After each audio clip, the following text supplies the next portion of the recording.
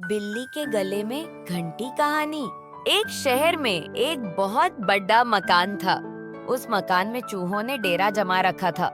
जब भी मौका मिलता वे अपने अपने बिलों से निकलते और कभी खाने की चीजों पर अपना हाथ साफ करते तो कभी घर की अन्य चीजें कुतर देते। उनका जीवन बड़े मजे से बीत रहा था। इधर मकान मालिक चूहों से तंग आ चुका था, इसलिए वह एक बेरदी सी बिल्ली ले आया। अब वह बिल्ली उसी घर में रहने लगी। बिल्ली के आने से चूहों का जीना हराम हो गया। जो भी चूहा बिल से निकलता वह उसे चट कर जाती। चूहों का बिलों से निकलना मुहाल हो गया। वे दहशत के माहौल में जीने लगे। बिल्ली उनके लिए एक बहुत बड़ी समस्या बन गई थी। समस्या से निजात पाने का उपाय निकालने के लिए एक दिन चूहों की सभा बुलाई गई। सभा में सभी चूहे उपस्थित हुए। सभा की अध्यक्षता कर रहे चूहे ने सबको संबोधित करते हुए कहा, साथियों, आप सब जानते ही हैं कि हम लोग बिल्ली रूपी बहुत बड़ी समस्या से जूझ रहे हैं। वह रोज हमारे किसी न किसी साथी को मारकर खा जाती है।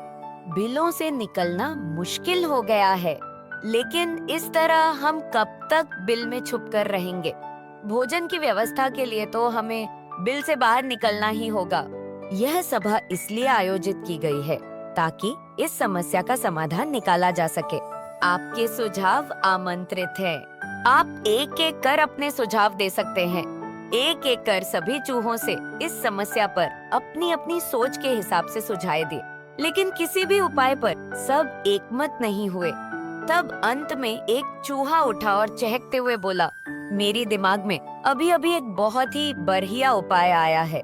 क्यों ना हम बिल्ली के गले में एक घंटी बांध दें? इस तरह बिल्ली जब भी आसपास होगी उस घंटी की आवाज से हमें पता चल जाएगा और हम वहाँ से भाग जाएंगे। कहो, कैसा लगा उपाय? सारे चूहों को ये उपाय बहुत पसंद आया। वे खुशी में नाचने और झूमने लगे, मानो उनकी समस्या का अंत हो गया हो।